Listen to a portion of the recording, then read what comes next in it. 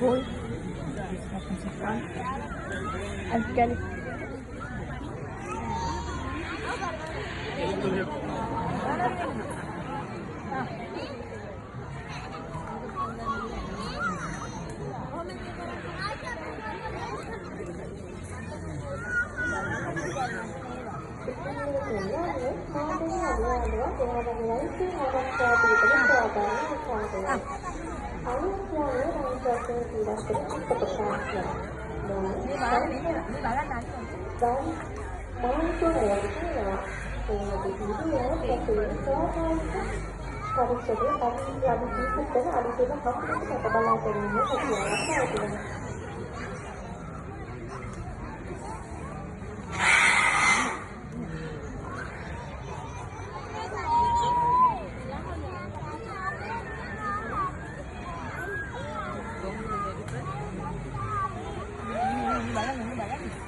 අපි දැන් ඔයාලට පොඩි ගමන් පාඩමක් කියලා දෙන්නයි යන්නේ.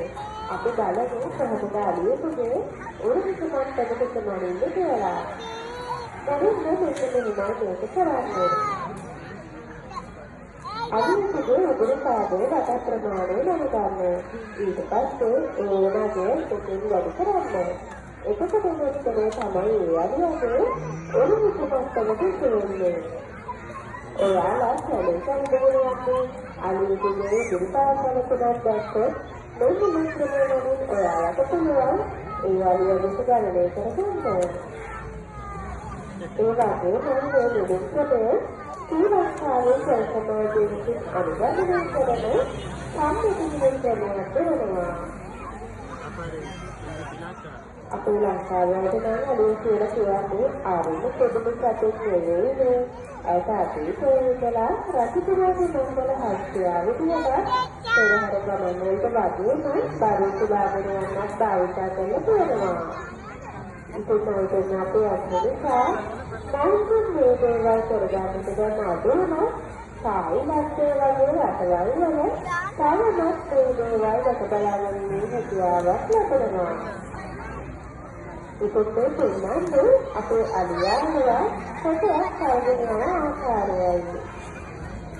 තවරට ස්වරකිත කිලෝග්‍රෑම් 350ක පමණ බර ඉතිරිදේ හැකියාවක් කරනවා. ඔයාලට තේරෙනවද අපේ අලියාවලා මේ කොටේ අරගෙන ආදායකය? ඒක අපි හදන්නේ දෙවියන්ගේ. තේරෙනවද බාහිර පොළපොළේ පොන්ගේ දක්ෂණම හානිය වළක්වා ගන්නයි. ඒ වගේම දෙවනේ සකස් කරලා තියෙන්නේ සුපුරුෂගේ ආධාරයෙන්. අලියෙකුගේ උපතේ සිට මරණය දක්වාම හයක් වෙනවා. උදාහරණයක් දෙන්න පුරුතක දැක්කේ විදේශයේ වල තමයි ධනවලට පත් වෙලා තියෙන්නේ.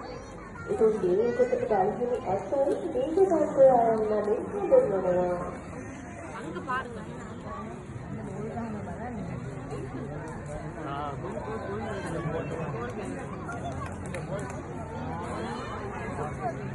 අපේ දෙවතුන්ලා විවිධ ක්‍රීඩා කරනවා නේද?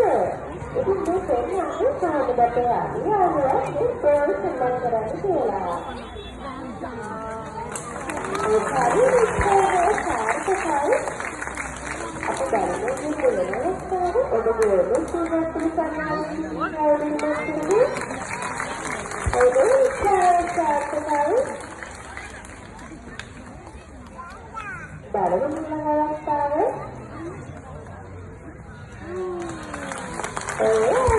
සාර්ථකයි. දක්ෂණ කරලා තියෙන ලබා ගන්න ඕනේ.